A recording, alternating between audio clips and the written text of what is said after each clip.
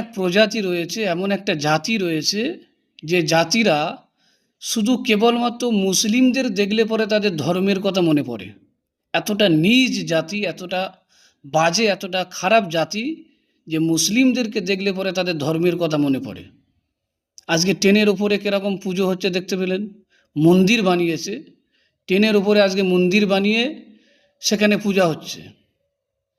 আর ট্রেনে যদি কোনো মুসলিমকে দেখে তো তাকে হেনস্থা করা হচ্ছে, তার সামনে জয় শ্রীরাম, হর হর মহাদেব এগুলো সব বলা হচ্ছে। কেন? আপনি তো আইনকে লঙ্ঘন করছেন। আর যখন কোনো মুসলিম ট্রেনের ওপরে নামাজ পড়ে তখন হচ্ছে আপনাদেরকে আইন লঙ্ঘন করা মনে হয়।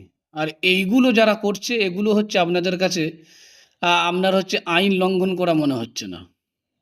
আমি বিশেষ করে প্রশাসনের কাছে করজোরে আবেদন করব যে আপনারা এই সমস্ত ব্যক্তিদেরকে খুব তাড়াতাড়ি এদেরকে আপনার আইনের আওতায় আনার আপনারা চেষ্টা করুন।